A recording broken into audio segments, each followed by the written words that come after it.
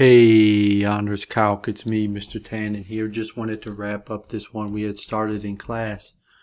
We had the 3 sides wood, 1 side cement, and as you saw, like maybe, as Nia had pointed out, maybe it's gonna, probably, if we're trying to minimize costs, I would imagine the cement side would be shorter. So again, these are all variables, so we don't know. We just know it's a rectangle. But we got this far, right?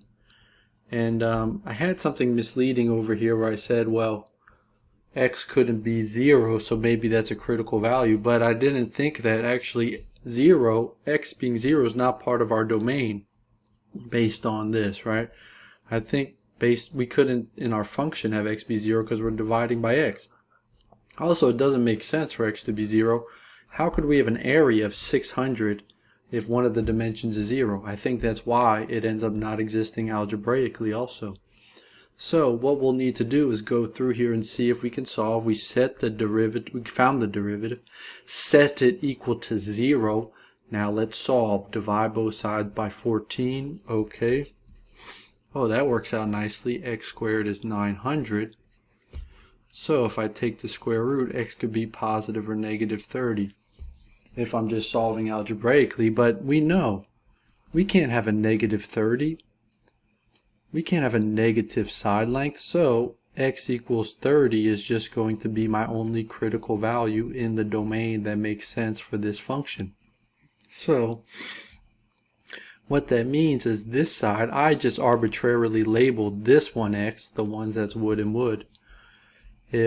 So we know our dimensions would be 30 by, well, we know that y is just 600 divided by x. So y would be 600 over 30, which is, bam, bam, 20.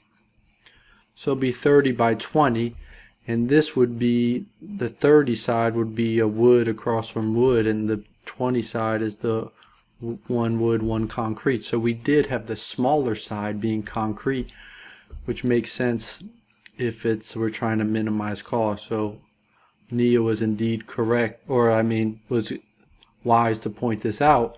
This doesn't represent the shape other than it being a rectangle. Okay, so it just says what will the dimensions be? These are per square foot, so it'll be 30 feet by 30 by 20 feet for this rectangle.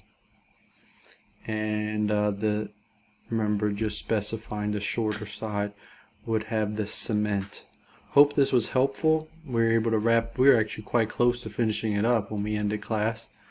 And see how a critical value helps us maximize it in this sense. It feels almost like a hybrid of the related rates in terms of the setup and the analysis of functions, though we're not really using the funky derivatives and comparing them as we did in the related rates, but we are sort of drawing and thinking about constraints in a similar manner, I would say.